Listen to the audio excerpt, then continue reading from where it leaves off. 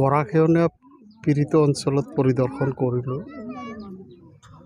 এনে আমি সকলোৱে গমেই পাওঁ বা অসম চৰকাৰকো সময়ত বিধানসভাৰ জৰিয়তে অৱগত কৰা হৈছে, বিভিন্ন আঁচনি প্ৰস্তুত কৰি জমা দি পেলাই অৱগত কৰা হৈছে যে অভয়পুৰ উত্তৰভূমি বান গৰাখহনীয়া পীড়িত আগে অলপ আঁচনিও আমি লাভ লৈছোঁ চৰকাৰৰ পৰা নহয়।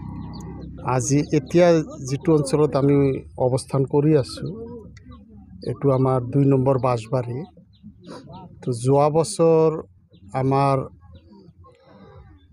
এই বাঁশবাৰীৰ সংলগ্ন বালাৰপেট অঞ্চলত মানে ৪ কোটি টকীয়া আমি জিঅ' বেগ আঁচনিৰ কাম ৰূপায়ণ কৰিছিলোঁ।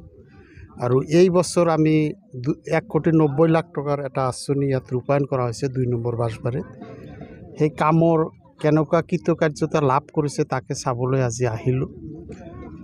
তো মোটামুটি ছাকচেছ হৈছে, ছাকচেছ বুলি ক'ব নোৱাৰি। নামনিৰ ফালে যিটো নামনিৰ বাঁশবাৰী ডিষ্ট্ৰিক্ট নামনিত পৰা আকৌ টেণ্টনপুৰ অঞ্চলটো আমাৰ গৰাখহনীয়াৰ কবলত পৰিছে।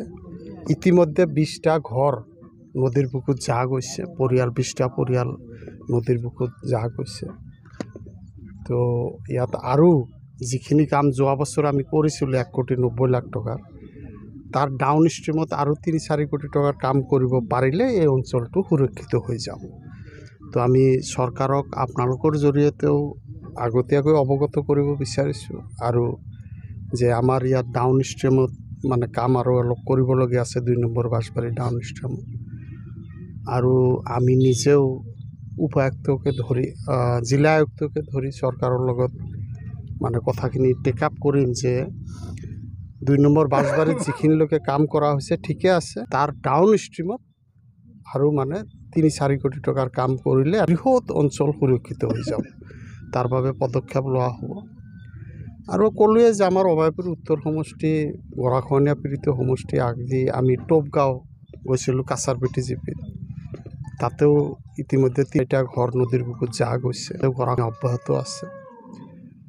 তো এই অঞ্চলটো সামগ্ৰিক গৰাখহনীয়া পীড়িত অঞ্চল আৰু এই কথাখিনি চৰকাৰক আমি বিধায়ক হৈয়ে ৬-৭ বাৰমান বিধানসভাত উত্থাপন কৰাৰ ফলত চৰকাৰ অৱগত হৈছে। চৰকাৰে বিধানসভাত চৰকাৰৰ মন্ত্ৰীয়ে বিধানসভাত কৈছে যে নাই হয় আমি অভয়পুৰ উত্তৰ আৰু অভয়পুৰ উত্তৰ সমষ্টিটো গৰাখহনীয়া আৰু বানপীড়িত অঞ্চল বা সমষ্টি বুলি তেখেতে বিধানসভাৰ মজিয়াত স্বীকাৰ কৰিছে।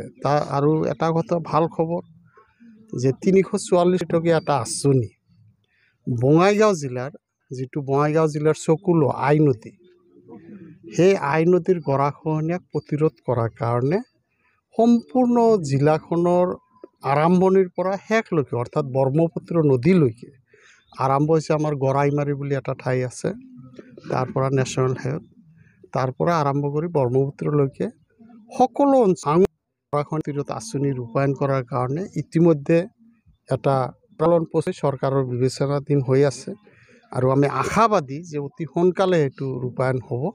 অহা বছৰলৈকে হয়তো কিজানি আমি তাৰ মুখিবলৈ আশাবাদী।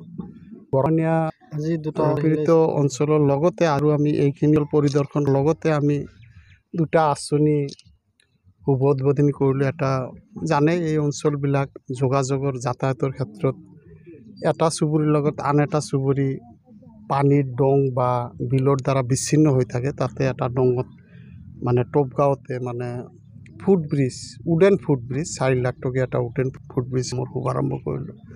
আৰু টপগাঁও আৰু এটা মানে ৰাস্তাৰ কাম আৰম্ভ কৰিলোঁ, মানে চাব চেণ্টাৰলৈকে যোৱা ৰাস্তাটো আছিলে। তো আৰু বেমাৰীসকল মানে আমাৰ ভিতৰুৱা অঞ্চলত চাব চেণ্টাৰৰ ওপৰতে ভৰসা কৰে, তেওঁলোকে চাব চেণ্টাৰত গৈ প্ৰাথমিক চিকিৎসাখিনি লয়, কিন্তু যোৱাৰ কোনো কথা নাছিলে। সেই ৰাস্তাটো আমাৰ আজি শুভাৰম্ভ কৰিলোঁ আজি।